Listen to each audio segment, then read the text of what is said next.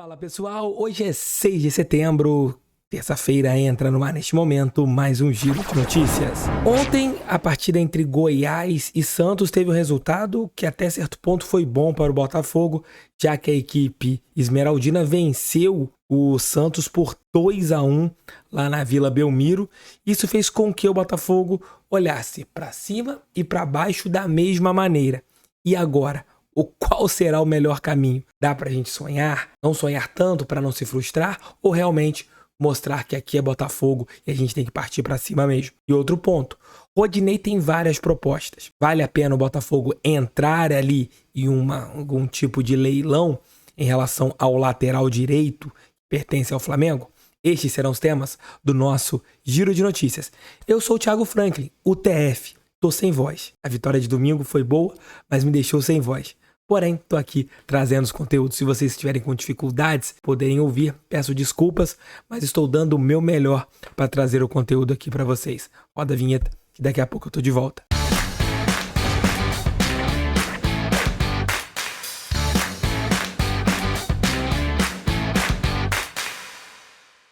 Rodinei é um jogador que está na mira do Botafogo, já esteve na primeira janela de transferências. Para quem acompanha o canal do TF, já havia trazido essa informação ali quase na chegada do John Textor. Era um jogador que não estava sendo tão aproveitado pela equipe da Gávea e o Botafogo tentou esta negociação, mas ela acabou não acontecendo. Ele não era titular do time do Flamengo, ganhou a titularidade novamente com o técnico Dorival Júnior e tem sido um dos principais jogadores. Ontem mesmo, no programa Bem Amigos, o narrador Galvão Bueno chegou a pedir Rodinei na Copa do Mundo, falando que ele é o melhor lateral do futebol brasileiro hoje. Outros pontos.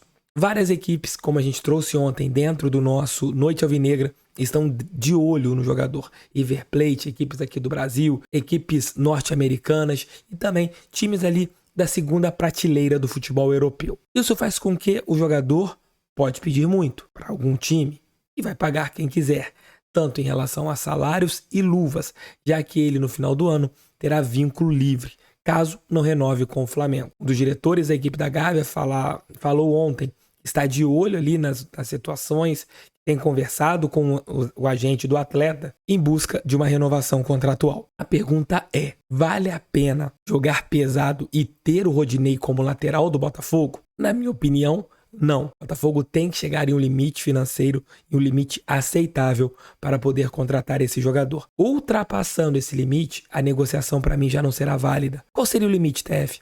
Um salário ali próximo ao que o Botafogo tem oferecido para boa parte dos seus jogadores. Não pode oferecer algo estratosférico para o Rodinei, que não vai ser um jogador que vai ganhar jogos. Na minha opinião, salários astronômicos apenas para jogadores que ganham partidas. Jogadores medianos, jogadores que não ganham jogos, eu, sinceramente, não ofereço salários altíssimos. Ofereço salários realmente dentro de um patamar ali que seja interessante. Ou jogadores que realmente sejam titulares, jogadores que venham aqui para fazer parte da equipe titular. Rodinei com o Rafael bem, eu não acredito que o Rafael perca a titularidade para ele. Vai ser um jogador com uma característica também ofensiva, mas eu acho inferior ao Rafael jogando ali próximo à sua totalidade em relação à parte física e técnica. Mas é uma negociação que está acontecendo, o Botafogo negocia, não é uma negociação fácil, até mesmo pela concorrência. Existe, pelas concorrências que existem. O Botafogo ali tem um interesse, pensa em contratar o jogador, mas a negociação ela vai avançar ali dependendo das próximas semanas. Enquanto o Flamengo estiver disputando algumas outras competições, como Libertadores e Copa do Brasil, nós não devemos ter nenhum avanço, pelo menos por hora, a respeito desta negociação. Acham que vale o Botafogo ali forçar para contratar o Rodinei? Sim ou não? Aqui embaixo. Cadê seu like? Cadê a sua inscrição? É muito importante que vocês continuem apoiando o canal deste careca que vos fala. Este daqui é o nosso primeiro vídeo nesta terça-feira. Seremos ainda o segundo, que é o Almoço com TF, e depois o terceiro, que será o nosso Noite Alvinegra. Assistam aí, dê uma moral para esse careca que vos fala. Sou eu mesmo. A voz continua a mesma, não. A voz não continua a mesma, não. Os cabelos também, quanta diferença. Também tem muita diferença, não. Continua mesmo. Eu sou uma pessoa otimista por natureza. E ontem, dentro do Almoço com TF, fiz a análise da rodada. Faltava ainda a partida entre Goiás e Santos. A equipe esmeraldina, comandada pelo Jair Ventura, venceu por 2-1 com 2 gols do Pedro Raul. Isso fez com que as equipes que estão ali dentro do G8 e o G9, né, que é o caso, o Goiás, estão a 5 pontos à frente do Botafogo. E se a gente olhar para trás, a primeira equipe dentro do Z4 também está 5 pontos atrás da gente. Isso quer dizer o quê? A gente pode olhar para cima e para baixo da mesma maneira. E aí vai valer o quê? O sonho. Vai valer o quê? O que o Botafogo pode fazer? E a coisa bem simples. Confronto direto contra a equipe que está na 8ª posição, que é o América Mineiro. Próximo domingo, às 11 da manhã, no estádio Newton Santos. Setor leste inferior, com ingressos esgotados, apenas para os sócios. Comprem agora os setores ali, leste superior, também o oeste inferior. Daqui a pouco o Botafogo deve abrir mais setores para esta partida que acontecerá no próximo domingo. Mas falando sobre o que a gente pode pensar. Botafogo vem de 3 boas partidas, que na minha opinião dava muito bem para a gente ter feito 7 pontos. Ter vencido o Juventude, ter empatado com o Flamengo e ter vencido a equipe do Fortaleza como nós vencemos. Se tivéssemos feito mais 3 pontos, né, que seriam mais ali 2 do empate, né, que mudaria para a vitória, e mais 1 em cima do Flamengo, nós teríamos hoje 33 pontos. Mas não dá para chorar as pitangas passadas. Vamos pensar agora no futuro. O Botafogo terá, no próximo domingo, a chance de tirar 2 pontos da equipe que está na 8ª posição. Claro, outras equipes jogarão. O Botafogo, de repente, pode manter ali uma diferença de 4, 3 pontos para a primeira equipe dentro do G8. Por que eu tenho falado tanto em G8? Porque a tendência é que as vagas para a Libertadores elas aconteçam com as equipes que estejam nas 8 primeiras posições do Campeonato Brasileiro. Por quê? A tendência é que a final da Libertadores seja Flamengo versus Palmeiras ou Atlético Paranaense. Essas equipes estão ali no G6, nós teríamos mais uma vaga, G7. A final da Copa do Brasil deve ser Flamengo contra Fluminense ou Corinthians. Essas 3 equipes estão ali também no G6 do Campeonato Brasileiro. O São Paulo e o Atlético Goianiense têm chances de conseguir uma vaga na final da Copa Sul-Americana, mas ambas as equipes estão na parte de baixo da tabela. Isso aumentaria vaga em relação à Copa Sul-Americana, não em relação à Copa Libertadores. Uma vitória domingo contra o América Mineiro, ela será de suma importância por alguns pontos. Primeiro, o Botafogo, ele vai ter aquele reencontro com a torcida e uma vitória que é para dar aquela moral. E a gente vai diminuir, como eu falei anteriormente, a diferença para a primeira equipe dentro do G8. Outro ponto.